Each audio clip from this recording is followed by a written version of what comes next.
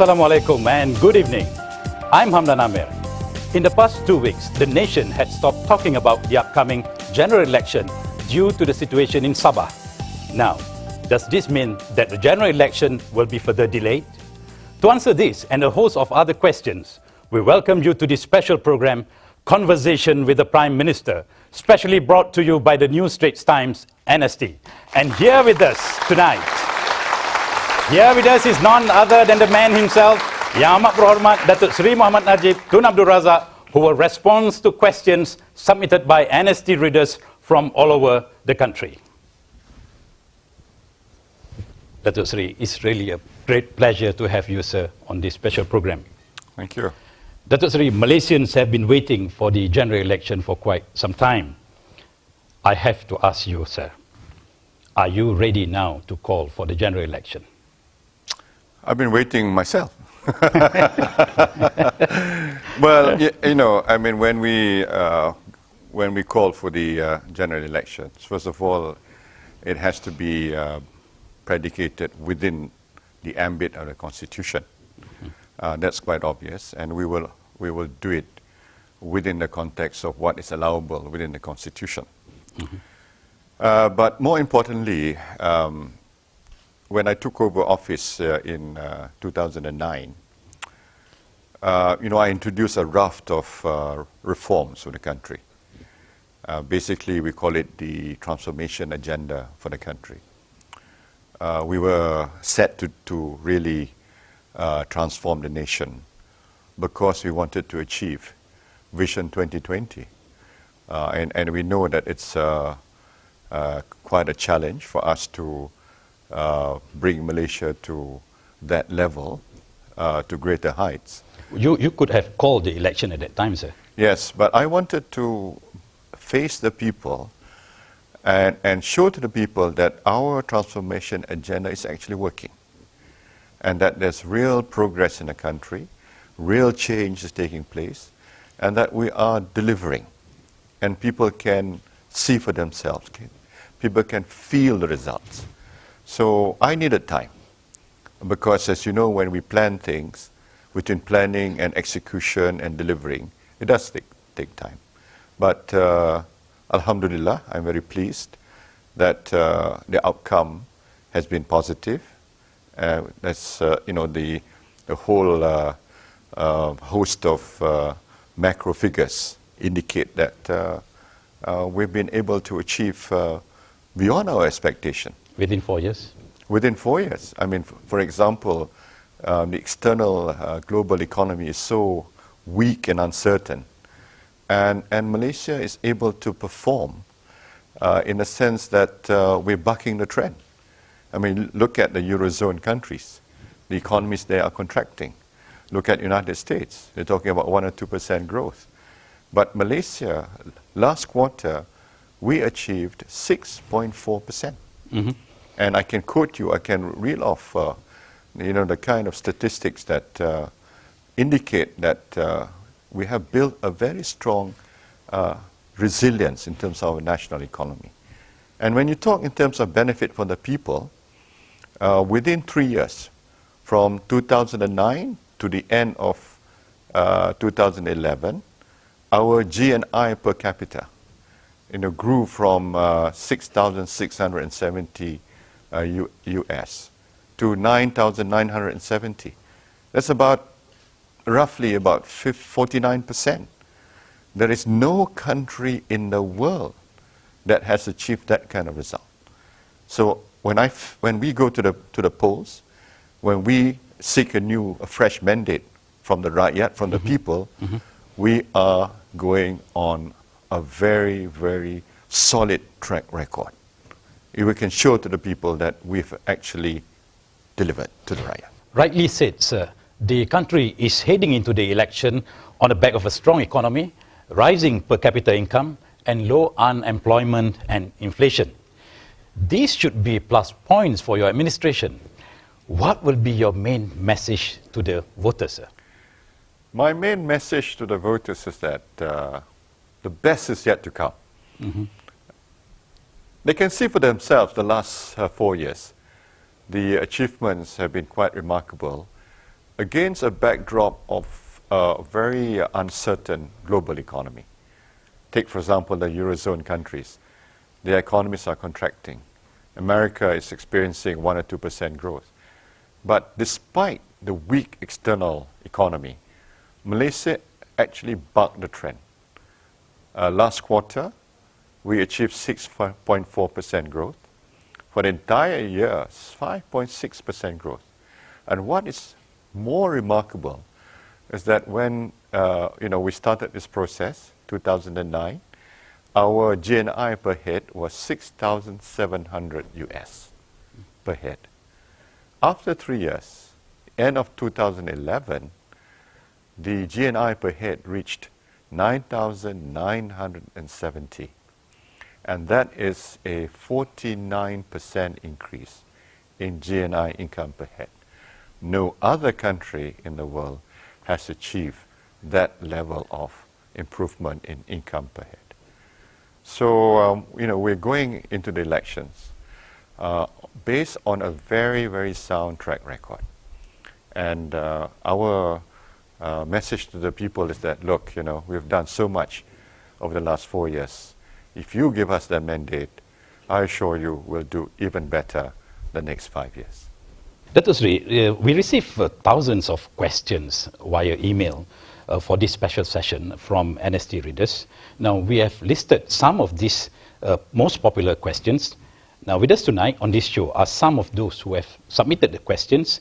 There are some who are not able to join us on the show. Now, I would like to read out to you, sir, a question from Mr. Bulbe Singh from Seremban, and his question goes, whatever the others may say, I know you will win, and win quite comfortably in the coming election. How do you think the Barisan Nasional BN will fare? I would say that we are cautiously optimistic. When I say cautiously optimistic, because when it comes to election, we cannot take anything for granted. Mm-hmm. But I'm very encouraged, by the fact that the response from the people, especially when I go around, I see them turning up in big numbers. I see them looking, excited and looking forward to meeting me and shaking hands with me. And at the same time, we've done our assessment, our numbers, and all that sort of thing. And we believe that the Rakyat is behind us, and the Rakyat feels that their future is more secured with Barisan Nasional. Mm-hmm. All right, thank you, Datuk Sri. At this point, sir, please allow me to move closer to our audience, as I would like to take questions from them. Sure. The next question is from a reader who the NST has invited to be with us on the show. Now, let me invite him to put forward his question. Assalamualaikum warahmatullahi wabarakatuh, Datuk Sri. And salam satu Malaysia. My name is Razif Muhammad Razali, and I'm from Georgetown, Pulau Pinang. The question I would like to pose is, what are the steps taken by the government in terms of electoral reforms? Thank you. Let me say categorically that elections in Malaysia have always been free and fair. If elections have not been free and fair, we wouldn't have lost the two-thirds majority at the last general elections in 2008, and we wouldn't have lost 5 states either. And Kelantan, as you know, is under opposition rule for the last more than 20 years. Nevertheless, we are committed to strengthening the electoral process. To that end, we have established a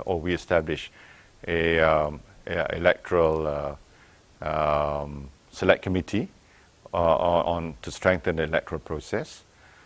We considered some of the demands by various groups, and most of the demands have been met.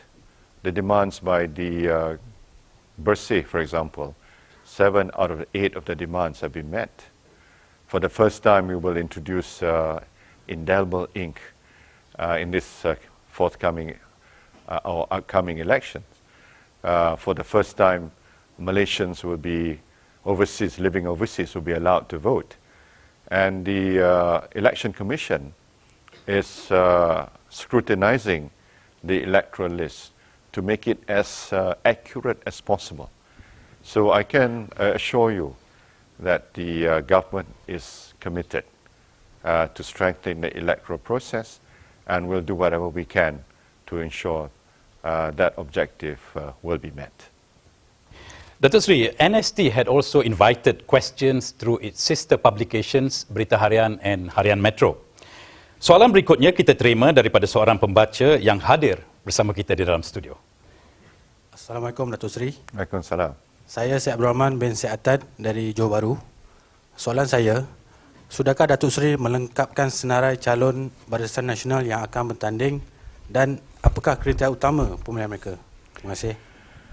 Hampir siap, tetapi senarai calon ni bila tiap-tiap kali kita tengok senarai calon ni, kita rasa nak buat perubahan. Tapi mungkin kalau ada masa lagi, kita semak belik-belik, terfikir mungkin ada calon yang lebih baik. Saya rasa proses tu sampai saat kita umum nanti mungkin ada sikit sebanyak perubahan, tetapi asasnya sudah ada. Kebanyakan kawasannya telah kita putuskan, dan kriterianya ialah kriteria winnable candidate. Pada pendapat kami, sesiapa yang dikategorikan sebagai winnable candidate akan kita calonkan sebagai calon kita, atau kita tentukan sebagai calon kita. Namun demikian, kita ada juga pertimbangan berdasarkan pada parti komponen kita. Sebab kita keluarga besar, 13 buah parti, jadi kita kena tentukan perbahagian yang difikirkan mencerminkan komposisi keluarga Barisan Nasional, dan dengan itu maka tidak semestinya kita dapat memenuhi harapan dan tuntutan semua pihak di peringkat kawasan, tetapi kita akan cuba menentukan calon yang sebaik mungkin supaya calon tersebut dapat diterima oleh masyarakat tempatan, dan di samping itu juga dapat mencerminkan kehendak kita pada keseluruhannya. Terima kasih, Datuk Seri. Datuk Seri, I would like to bring us back to the Sabah situation. Now, Sabahans and Malaysians have generally lauded the action by the government to firmly deal with the armed intruders and restore peace in the east coast of Sabah. What are the main lessons, Datuk Seri, that we can draw from this incident? Basically, we shouldn't take security for granted. I think we have gone through a long phase of peace and stability in Malaysia. The communists laid down their arms in 1989. And since then, it's been a long period of peace and stability in Malaysia. But that incident, in a way, is a wake-up call for us. Not only for the government, as well as for the rakyat. Especially for the people in Sabah, that there are external threats, and that we must deal with the external threat. We must be prepared. We must make sure that the armed forces, for example, are well trained. That includes the police as well, our security forces, are well trained, well equipped. So, when we decide to spend on defense and security, including for the police, people should not question that. People should see that as protecting our security, our sovereignty, and our territorial integrity. And I keep on saying that when it comes to our security, our sovereignty, and territorial integrity, there cannot be any compromises. And we must do whatever we can to ensure that Malaysians, anywhere, any part of Malaysia, will feel secure, will feel safe, will feel that their future will be safeguarded by the government. But at the same time, when it comes to security, it's not just the role of security forces, nor just of the government, but the rakyat. It's important for the rakyat to do their part and to provide a strong support for our men in uniform, as well for what the government is doing. Thank you, Datuk Seri. We have another question from the floor. Let us hear from Encik Iskandar. Good evening, Datuk Sri. My name is Iskandar Naziri from Serike, Sarawak. My question is, how far has the Sabah incident affected Malaysia efforts in facilitating the peace process in southern Philippines? Thank you. Those two are quite separate because the peace process in southern Philippines is essentially between the Philippines government and the MILF. And MILF, they continue then their discussions and negotiations within the context of framework agreement so that within a certain time frame, they will reach a final agreement. But the group that is causing problem is a group that is quite different from the MILF. They have certain groupings there, including some warlords there, so to speak.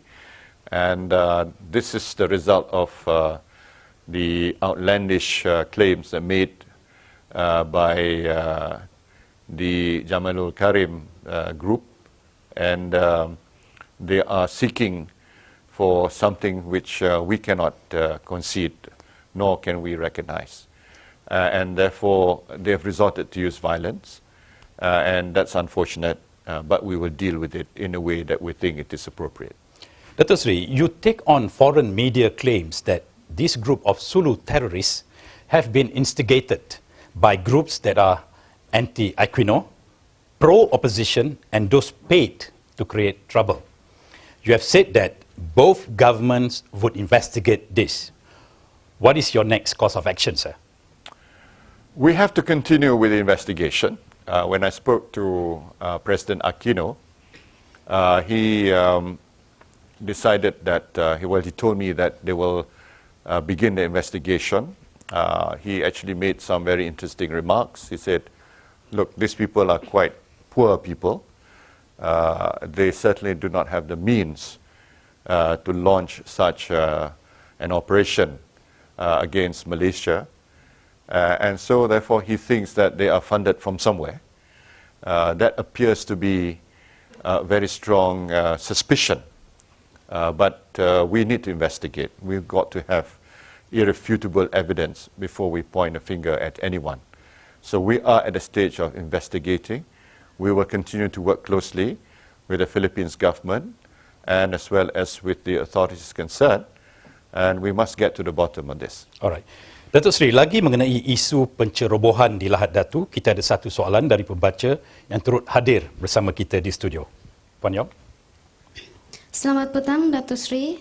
Nama saya Agatha Martayong dari Keningau, Sabah. Saya ingin mengucapkan terima kasih kepada kerajaan kerana menubuhkan zon keselamatan khas di Sabah dan ia merupakan langkah yang baik. Soalan saya, bolehkah kemudahan asas di sana juga dimajukan? Terima kasih. Kedua-dua perkara itu perlu kita lakukan.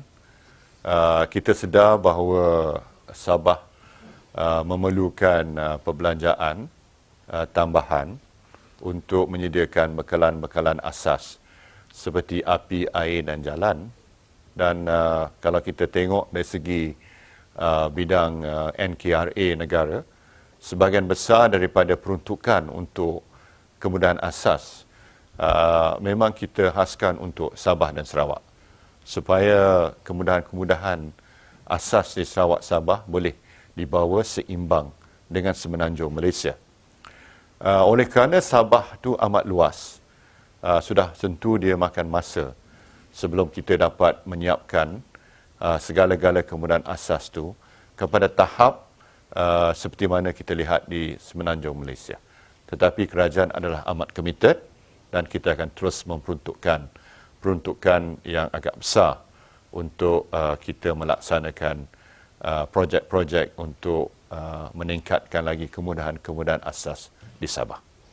Datuk Seri, still on Sabah, in view of the recent intrusion, do our security forces have adequate capabilities and assets to safeguard the security of the nation? Yes, they do. The assets that we have are sufficient. But this is an ongoing process. I think in terms of dealing with armed intrusion, we certainly have the assets. But as I said, this is a wake-up call where there are gaps in terms of our capabilities. We hope that we'll be able to close the gap. For example, the coastline of Sabah is simply enormous. I mean, the eastern seaboard, we're talking about 1,500 kilometers of coastline, and that's a huge area to cover. We certainly need to put in more assets. We certainly need to have better surveillance system. But no matter how strong a nation, like for example, the United States, which shares a common border with Mexico, cannot stop the Mexicans from crossing into the United States. So that is putting into perspective that if you know the area, if you go and have a look at the ground situation in Sabah, then you realize that it is a huge challenge. But nevertheless, we have some ideas, and we will certainly put into place a better surveillance system and tighten up the security in Sabah. Thank you, Datuk Seri. We'll go for a break. You are now watching Conversation with the Prime Minister. We are going to take a short break, and when we return, we will take a look at questions regarding bread and butter issue. Stay with us.